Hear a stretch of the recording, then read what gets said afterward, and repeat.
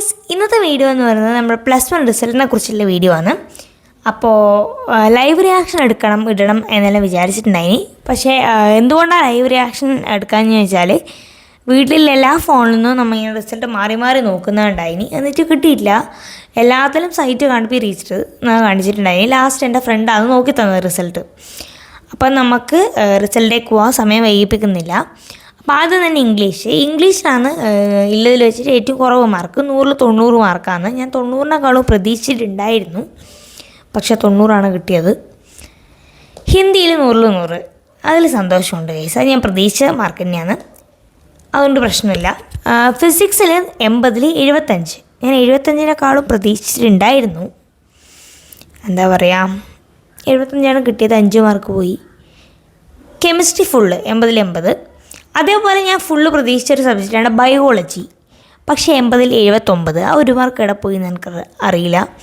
Full മാർക്കാണ് പ്രതീക്ഷിച്ചത്, അതിലും ഒരു സങ്കടമുണ്ട്. മാത്സ് ക്രിസ്മസ് എക്സാമിനൊക്കെ മാർക്ക് കുറഞ്ഞുകൊണ്ട് മാത്സിൽ തീരെ കോൺഫിഡൻസ് ഉണ്ടായിരുന്നില്ല എനിക്ക്. അതായത് ഞാൻ ചെയ്യുന്നതെല്ലാം തെറ്റാണെന്ന് വിചാരിച്ചിട്ടാണ് ഞാൻ ചെയ്യല് പൊതുവേ. അതായത് ആ ഒരു ക്രിസ്മസ് എക്സാമിന് ശേഷം ഫുള്ള് ഞാൻ അങ്ങനെയാണ് മാത്സ് ചെയ്യല്. ആ ഒരു ഉത്തരം ചെയ്താലേ ഇത് ശരിയായിരിക്കില്ല എന്നായിരിക്കും എൻ്റെ മനസ്സിൽ ഫസ്റ്റ് തോട്ട് വരല്. അതുകൊണ്ട് ഞാൻ പിന്നെ എക്സാം കഴിഞ്ഞ് കുറച്ച് ടഫായിരുന്നു, പക്ഷേ ഞാൻ ആൻസർക്ക് ഒന്നും നോക്കിയിട്ടില്ല, വരുന്നിടത്ത് വെച്ച് കാണാൻ വിചാരിച്ചു. അങ്ങനെ എനിക്ക് മാത്സിൽ 80ൽ 27 ഉണ്ട് ഗൈസ്. സന്തോഷമായി. എനിക്ക് മാത്സ് ആണ് എനിക്ക് ഏറ്റവും സന്തോഷം വന്ന കാര്യം. കാരണം ആ ഒരു കോൺഫിഡൻസ് ഇല്ല, അതായത് നല്ല ഒരു ക്രിസ്മസിന് അത്രയും കുറഞ്ഞുകൊണ്ട്, പക്ഷേ ആ കോൺഫിഡൻസ് ഇപ്പം കുറച്ച് വന്നിട്ടുണ്ട്. എന്നെക്കൊണ്ട് പറ്റുമെന്ന് എനിക്കിപ്പോൾ മനസ്സിലായി.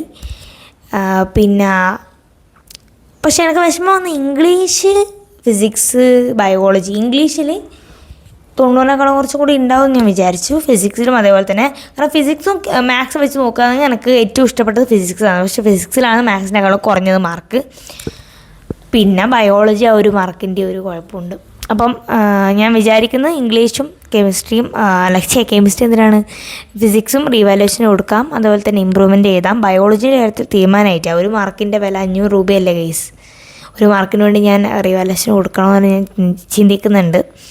അപ്പോൾ എൻ്റെ ടോട്ടൽ മാർക്ക് 501 ആണ്. 520ൽ 501, പെർസെൻറ്റേജ് 96.34.